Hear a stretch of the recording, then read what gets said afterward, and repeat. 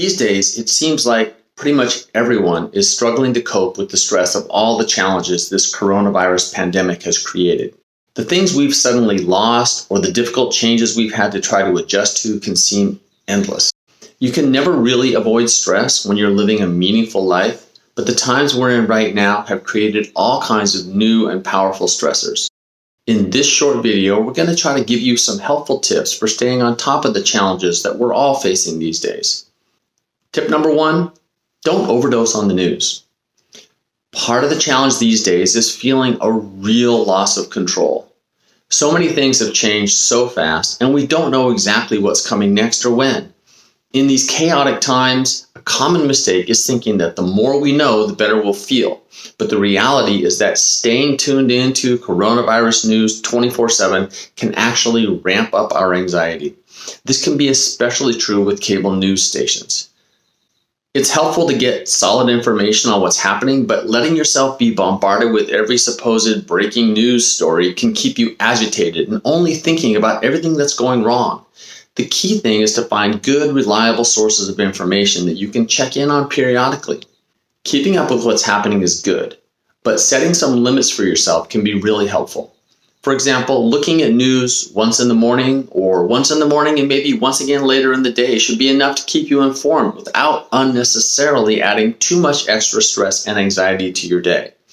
Or try limiting yourself to a certain amount of news time every day, like 20 or 30 minutes. Think about focusing your news time on sources like PBS and National Public Radio that don't have a financial incentive to keep your attention locked in around the clock. Try to remember the importance of focusing on the things that you have some control over, which mostly are about what you can be doing to take care of yourself and the people you're connected to. Too much obsessing over news can end up getting in the way of paying attention to what really matters. Tip number 2, fear, anxiety, sadness, frustration. What we're feeling right now is all natural, and it's natural to be upset.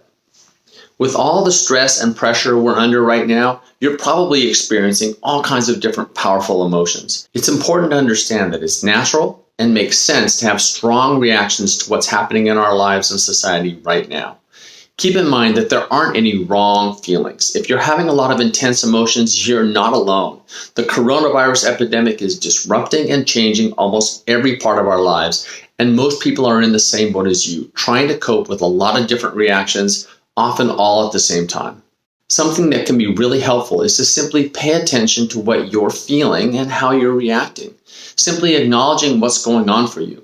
We know that trying to avoid experiencing difficult or unpleasant feelings can backfire and make them even more intense. It's better to let yourself feel them, but then also look for simple ways to help yourself stay calm and feel okay. What works is different for everyone. The key is to actively search for effective ways to help yourself cope with all the stress and emotions that you're going through right now. Tip number 3, take it easy on yourself. A common reaction in all this is for people to feel like maybe they're just not coping as well as they should be.